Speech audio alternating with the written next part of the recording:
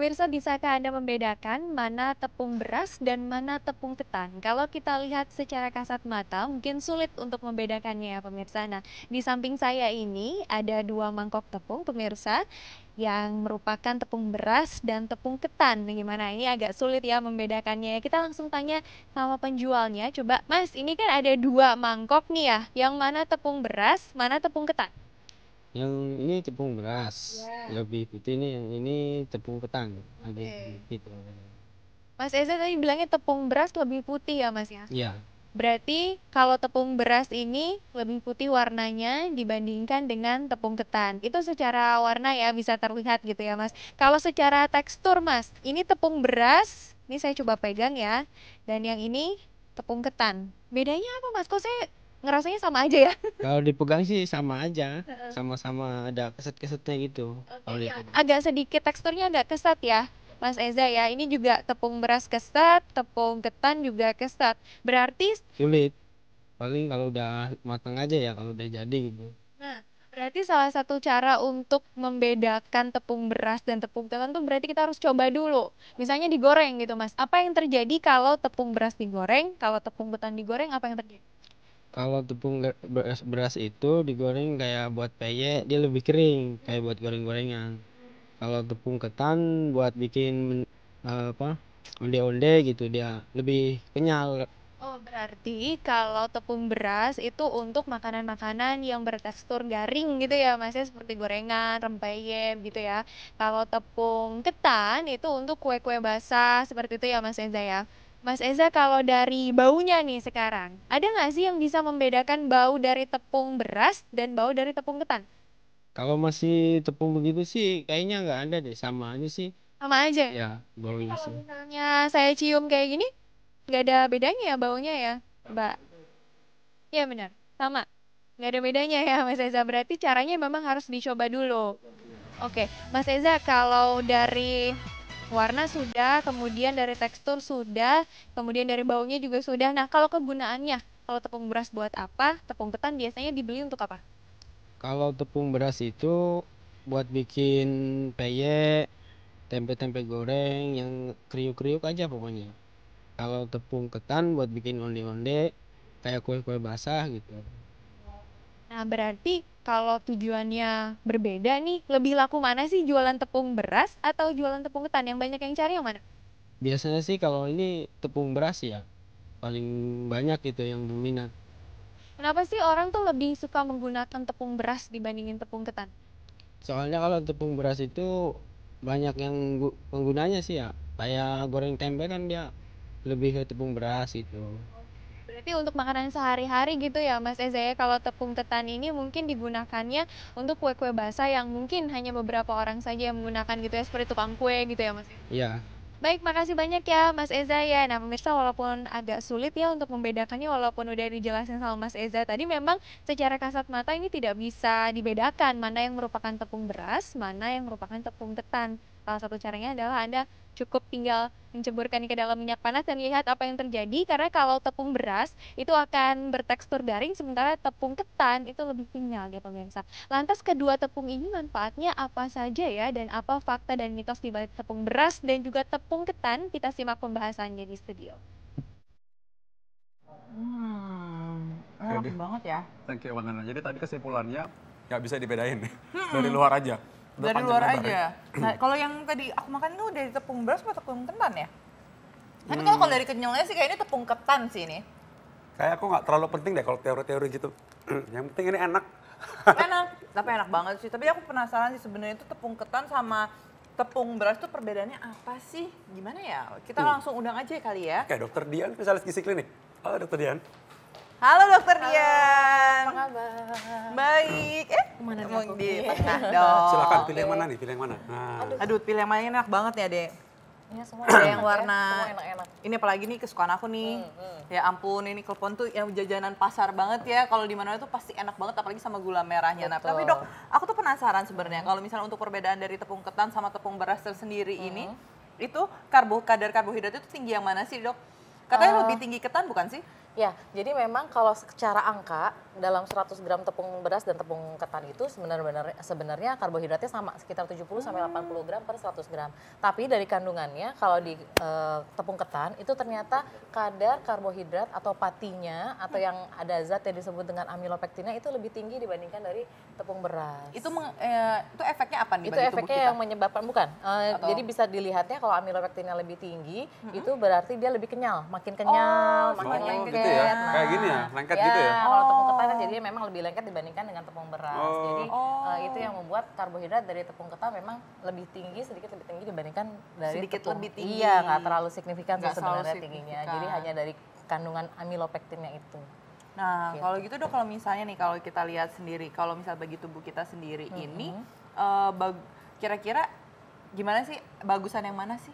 Kalau bagusan yang mana juga kita nggak bisa dijelaskan ya mana yang mana yang lebih baik. Dua-duanya baik, dua-duanya sama-sama mengandung protein ada, karbohidratnya ada, tentunya banyak, kemudian lemaknya sedikit sekali memang, kemudian vitamin mineralnya ada, vitamin B ada, zinc ada, zat besi ada, jadi dua-duanya sama-sama memenuhi komposisi zat gizi.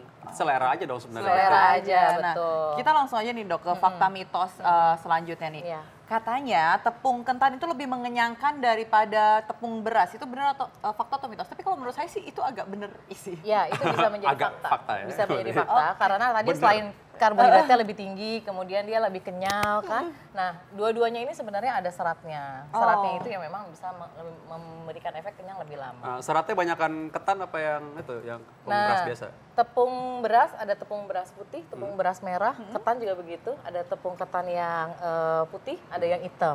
Makin dia berwarna, sebenarnya seratnya pasti akan lebih tinggi. Oh, nah gitu. itu. Jadi yang makin berwarna seratnya lebih tinggi, ternyata antioksidannya juga lebih tinggi. Dan tadi serat itu tadi yang juga yang bikin rasa lebih full, Ya, lebih betul. kenyang. Membuat kenyang lebih lama. Nah tapi dok, ada yang bilang nih katanya orang diabetes itu nggak boleh mengkonsumsi tepung ketan atau tepung ketan juga. Nah, itu sebenarnya benar fakta karena itu tepung fakta. itu kan karbohidrat simplex ya. Apalagi tepung ketan itu kalau misalnya cuma hanya tepung beras kemudian digoreng terus langsung dimakan gitu ya, ya tentu isinya hanya karbo dengan minyak. Nah, apalagi sudah dijadikan kue-kue seperti ini pastinya udah ada ada tepung, gulanya nih. gula merah. Aduh, Nah, ada gulanya warnanya jadi memang begini. sebaiknya untuk penderita diabetes itu membatasi olahan-olahan yang dari tepung beras atau tepung ketan. Tapi sekarang kan lebih canggih tuh. Ada cake atau brownies yang dari oatmeal, Iya, dari oatmeal, nah, iya, itu. atau dicampur dengan apa kayak buah gitu ya, kue-kue yang buah-buahan ya itu mungkin bisa sedikit membantu untuk orang-orang diabetes dalam mengonsumsi tepung beras atau tepung ketan. Soalnya orang bilang selalu nasi katanya nggak boleh. Jadi ini semua mereka bebas-bebas aja makan Iya, jadinya. betul. Justru kalau nasi kan ini aku kompleks, ini ngomong-ngomong malah nih, simplex. ini soal orang hamil juga nih ya. Fakta atau mitos nih? Kalau orang hamil, wanita hamil tidak boleh mengkonsumsi ketan. Ini mitos atau fakta? Ini mitos, Mitos, sudah oke. pasti. Mitos ya. Iya, Oke, ntar karena aku bawa kan- pulang buat istriku di rumah. Iya, Aji iya. mumpung. Iya, biar jadi udah nggak apa-apa ya. Karena udah kan memang mitos ternyata. di dalam tepung tadi kan memang lengkap komposisinya. Tadi kan sudah ada juga di VT ya kalau misalnya isinya berbagai macam makro dan mikronutrien ada di dalam tepung ketan dan tepung beras. Oke, Iya. tapi nggak aman ya untuk wanita hamil Aman, juga. aman. Oke, kalau gitu dokter, kalau misalnya sebenarnya apa yang bedakan sih kalau tepung ketan sama tepung beras sendiri itu? Ya Kayak misalnya- asalnya kalau misalnya sumbernya kalau tepung beras ya dari beras padi, kalau ketan ya dari ya beras ketan itu, tapi secara prosesnya sama-sama ditumbuk, sama-sama Sama-sama ya? digiling gitu. Yang membedakannya ya ininya mungkin apa namanya kalau dari segi dipegang tadi kalau sebelumnya sudah disebutkan kalau dipegang kalau yang tepung beras dia lebih licin, tapi kalau tepung ketan agak lebih kasar. Agak lebih kasar. Iya. Oh, bedanya dari situ. Kalau tadi kan nggak bisa membedakan ya, Oh, dari gitu bau ya? juga katanya juga nggak bisa Ya, beda. Tapi satu lagi kalau mau membedain, kalau tepung beras dimasukkan ke dalam air dia akan lebih encer dibandingkan kalau tepung ketan dia lebih kental. Nah ini emang tapi Iya. ngomong-ngomong tadi soal pengolahan segala macam, ini banyak sekali bisa diolah menjadi banyak makanan yang enak banget. Apa saja liputannya mengenai makanan-makanan yang terbuat dari tepung beras atau tepung ketan? Kita lihat tayangan berikut ini.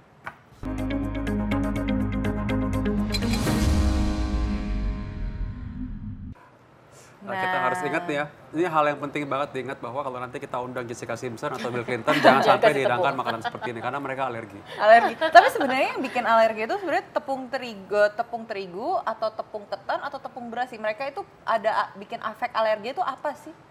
Dari proteinnya mungkin ya, kayak kalau di dalam terigu kan ada gluten, gandum juga gluten, nah yang itu biasanya yang bisa menyebabkan Kalau alergi. tepung beras dan tepung ketan juga? Tepung beras dan ketan itu gluten free, tidak ada gluten glutennya. free, jadi justru lebih Iya. tidak menyebabkan alergi ya? Ya, tapi sebenarnya kalau alergi itu kan tergantung masing-masing orang ya, sensitivitasnya beda-beda. Jadi ada orang-orang yang memang kalau dia ada bakat alergi dengan tepung ya dia bisa kena, tapi kalau enggak ya enggak. Karena kalau alergi kan memang beda-beda ininya, pencetusnya.